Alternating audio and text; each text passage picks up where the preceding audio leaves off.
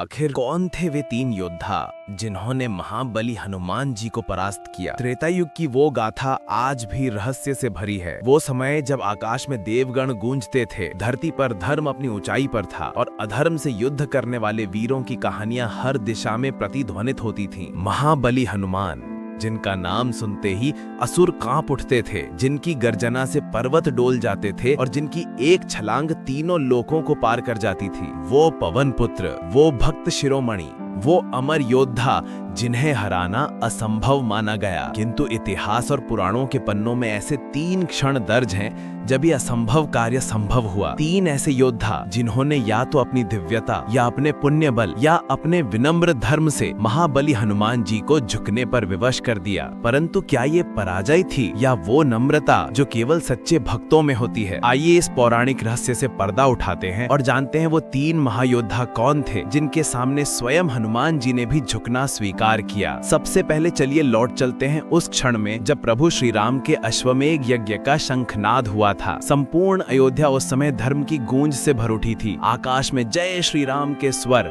और धरती पर पुष्पों की वर्षा। उस यज्ञ का घोड़ा धर्म, मर्यादा और प्रभु की विजय का प्रतीक तीनों लोकों में घूमने के लिए भेजा गया। लेकिन नियति ने तय कर रखा था कि उस घोड़े का मार्ग अयोध्या से नहीं, सीता के पुत्रों के द्वार से गुजरेगा। लव और कुश, जो स्वयं श्री राम और सीता के पुत्र थे, जिन्होंने बचपन से ही वाल्मीकि मुनि के आश्रम में ज्ञान और शौर्य दोनों सीखा था। जब वो अश्वमेध यज्ञ का घोड़ा उनके आश्रम पहुंचा तो लव ने धर्म की मर्यादा में प्रश्न उठाया कि यदि ये घोड़ा धर्म का प्रतीक है तो बिना अनुमति हमारी भूमि में क्यों आया? और उन्होंने उस घोड़े को बांध दिया। उस एक क्रिया से आरंभ हुआ वो युद्ध जो इतिहास में लवकुश युद्ध के नाम से अमर हो गया। जब ये समाचार अयोध्या पहुंचा तो प्रभु श्री राम की सेनाएं उस दिशा में बढ़ीं। सुग्रीव, अंगद, शत्रुघ्न सब वहां पहुंचे। हनुमान जी, जिनके लिए प्रभु की आज्ञा सर्वोपरि थी, वे भी सेना का नेतृत्व करने लगे। लेकिन उस दिन नियति कुछ और ही लिख रही थी। जब लवकुश ने युद्ध भूमि में प्रवेश किया, उनकी आंखों में धर्म की ज्वाला थी और उनके बाणों में देवत्व का तेज। कुश के एक ही बाण से शत्रुघ्न मूर्छित होकर गिर पड़े। लव ने अंगद और अन्य वानरों को परास्त किया। जब ये दृश्य देखा हनुमान जी ने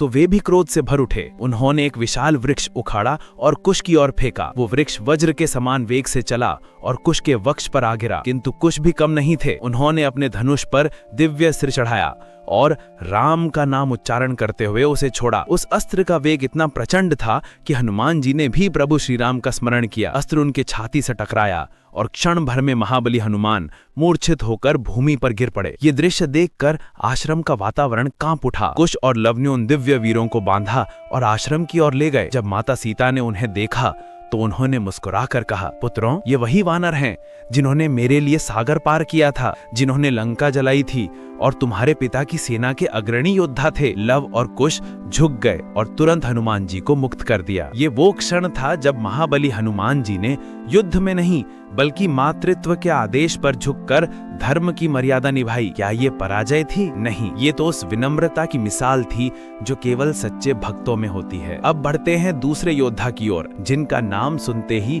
अयोध्या का हर नागरिक गौरव से भर जाता है। भरत जी, मर्यादा, त्याग और भक्ति के प्रतीक भरत जी, जिन्होंने अपने जीवन का हर क्षण अपने भ्राता श्री राम के चरणों में समर्पित कर दिया था। वही भरत जिनकी भक्ति देखकर देवगण भी नतमस्तक होते थे। किंतु नियति ने एक क्षण ऐसा भी लिखा जब भरत और हनुमान आमने सामने आए। लंका का युद्ध चल रहा था। लक्ष्मण जी गंभीर रूप से घायल हो गए थे। वैद्य ने कहा, केवल संजीवनी बूटी ही अब इन्हें बचा सकती है। हनुमान जी उस बूटी की खोज में हिमालय की ओर उड़े। लेकिन जब वो पर्वत लेकर लौट रहे थे तो अयोध्या के ऊपर से गुजरे। रात का समय था, आकाश में धुंध थी और भरत में दूर आकाश में एक प्रकाशमान पर्वत देखा जो किसी तेजस राक्षस जैसा प्रतीत हो रहा था। धर्म की रक्षा के लिए उन्होंने तुरंत बाण चढ़ाया और उसे छोड़ दिया। वो बाण वज्र के समान वेग से चला और हनुमान जी के वक्ष से टकराया। पवन पुत्र भूमि पर गिरे और राम नाम का उच्चारण किया। जब भरत दौड़े और उन्हें देखा तो उनके चरणों में गिर पड़े। प्रभु, ये तो श्री राम के दूत हैं। भरत की आंखों से आंसू झर पड़े। उन्होंने हाथ जोड़कर कहा, यदि रघुनाथ मुझसे प्रसन्न है तो ये वानर तुरंत स्वस्थ हो जाए। भरत के वचन सत्य हुए और हनुमान जी ने श्री राम का जय घोष करते हुए नेत्र खोले। दोनों एक दूसरे के गले आकर मिले।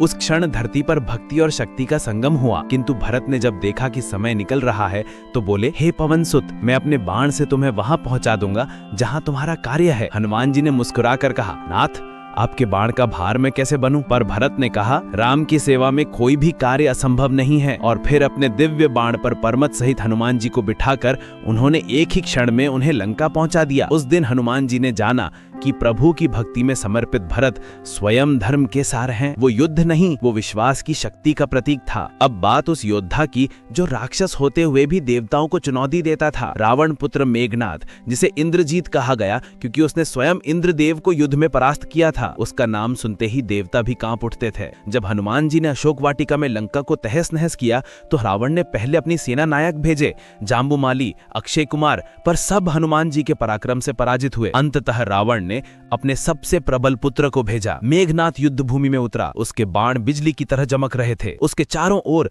यज्ञ की राख और तांत्रिक अग्नि का धुआं फैल रहा था। उसने अपने अस्त्रों से आकाश को ढक दिया, पर हनुमान जी वज्र समान थे। उन्होंने गर्जना की, जय श्री राम, और वायु की गति से बाणों को चीर दिया। मेघनाद ने अग्नि अस्त्र, वरुण अस्त्र, नागपाश सब चला देखे, पर कोई असर नहीं हुआ। तब उसने ब्रह्मा द्वारा प्रदत्त ब्रह्मास्त्र का आह्वान किया। वो दिव्य अस्त्र आकाश में उठा और अग्नि की ज्वाला में बदल गया। जब वो हनुमान जी की ओर बढ़ा, पवन पुत्र ने देखा कि ये ब्रह्मा का अस्त्र है। उन्हें स्मरण आया कि स्वयं ब्रह्मा ने वरदान दिया था कि मेरा अस्त्र तुझे बांध नहीं सकता। पर उन्होंने विचार किया कि यदि मैं ब्रह्मास्त्र का अनादर करूंगा तो ये धर्म का अपमान होगा। इसलिए उन्होंने अपने आप को उस अस्त्र के आगे समर्पित कर दिया। वो अस्त्र उन पर लिपट गया और वो भूमि पर गिर पड़े। राक्षस हर्ष मनाए लगे और उन्हें बांधकर रावण के दरबार में ले आए। रावण ने हंसकर पूछा, वानर तू कौन है? हनुमान जी बोले, मैं रामदूत हूँ, आया हूँ तुझे चेतावनी देने। तेरे कर्मों का अंत निकट है। पूरी सभा स्तब्ध थी। वो क्षण कोई हार नहीं था, वो तो धर्म की विजय का आरंभ था। इन तीनों घटनाओं में एक बात समान है, हनुमान जी की शक्ति अपराजयी थी,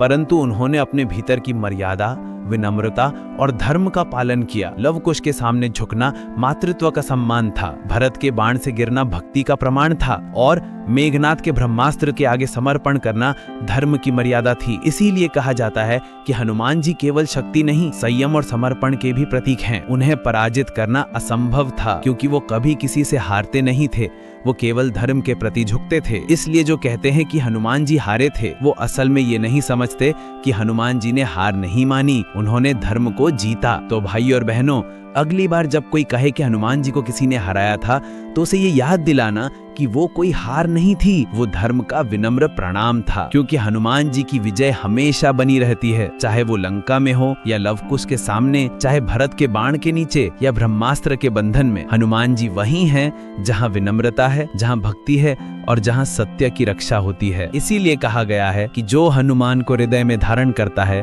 उसे कभी कोई पराजित नहीं कर सकता। जय बजरंगबली।